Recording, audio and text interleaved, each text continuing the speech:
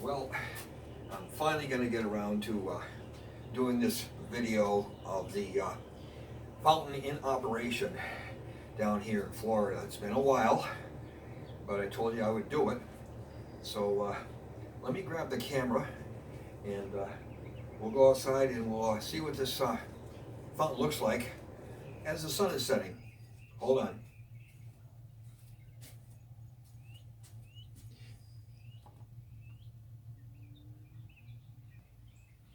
Okay, we're heading into the backyard now. Give you an idea where the fountain is located.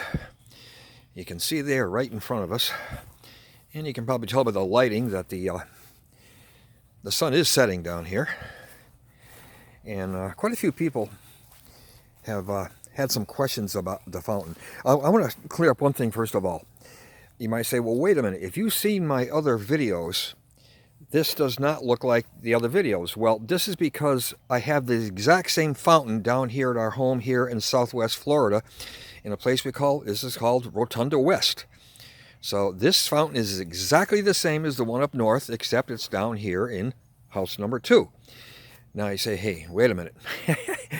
This fountain doesn't appear to be working. So what I did was, I've got the fountain arranged so that I can do, use a remote control.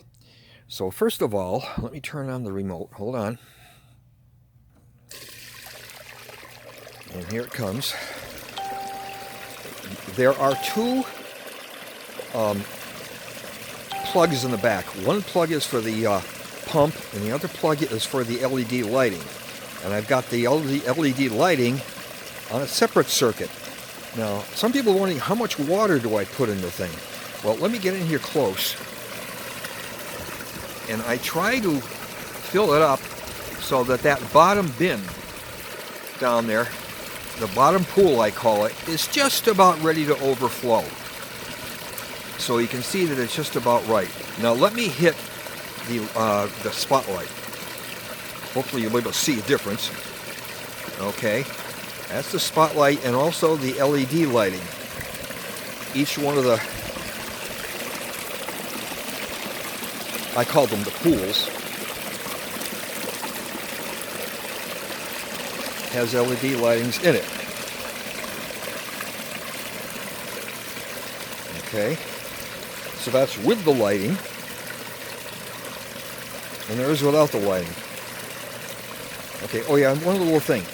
You might be wondering, what the heck is that funny little, looks like a little house there? Well, that's my attempt at making the sockets, or the power system, that's underground cables there, trying to camouflage it. Okay, and there's another one out there by by the lighthouse. Okay. Now, we had some questions about where do I have my pump set. For those of you that have this pump, you know that the pump itself has a rotating, like a dial on it, to adjust the amount of water flow. Well, I have mine set, okay, so when it's set, the gap is about 1/4 of an inch, and I think the flow is just about right, because you don't want a trickle, because you won't be able to hear it. Okay, now this has 7 falls and 6, I call them pools. Another thing I did is I added this rock and cemented it in place to adjust the flow. For those of you that might want to notice it, the fountain comes with these foam, I don't know if they're flow protectors or whatever, at each exit point. They don't last too long. I ended up taking them out, and it doesn't cause a problem.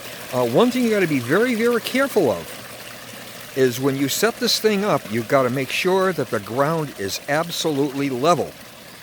Because if the ground is not level, the fountain will not pour correctly from the left and right sides. So it's got to be level. Another minor little thing is, I have added a few rocks. Those top 2 I've added. The trick is to get rocks that match the rocks that are already there. Now another thing is, hold on, let me back up a little bit. Hopefully I won't trip and end up on my butt. Yes, I added those rocks at the base. Okay. And you can just about make out the spotlight down there. And like I said, the spotlight makes a big difference. Let me just back up here a little bit more. And I'll kill the spotlight. Like I said, that's got its own remote transmitter and receiver. There is no spotlight. And that spotlight is also wired to the same circuit for the LED lightings in the pools. Okay. Yeah, okay, looks like my friend the crow has decided to visit us. He's got a mate. He's always here with it. They like it because I clean the bird bath every night. And they like it when it's fresh water. I swear to God, they know when I've done it. Okay, so this is the fountain in operation. Let me just double check my piece of paper here. I might want to get the name correct. This is the Alpine 51-inch fountain. And the number is TZL198 for the model. And it's 51 inches tall. And here's the funny part. I actually brought this thing down from Western Massachusetts up in the Berkshire Mountains, Granville, Mass. I had it in my SUV. Believe it or not, I trucked it down here in my SUV. Okay? And you can hear the sound. It's quite the Zen moment. It's a pretty thing. Okay? So this is, finally, I got my butt in gear, and I told you I would do a video of it under operation. Let me just come around this other side a little bit for you. Yes, the back is finished. For the people that go boating in the canal, what they get to see is not what I get to see. See, there's the back of the fountain. Oh yeah, you can see the spotlight pretty good. Well, hey, you know what? Since I'm out here, let me show you the sun is kind of setting too. Sets over the canal. Yes, we do get our share of boat traffic out here. And there's the lighthouse. Yes, it has a spotlight also. And let me come back.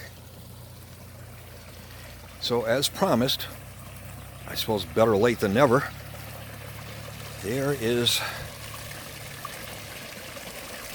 the fountain in operation at night with its lights on.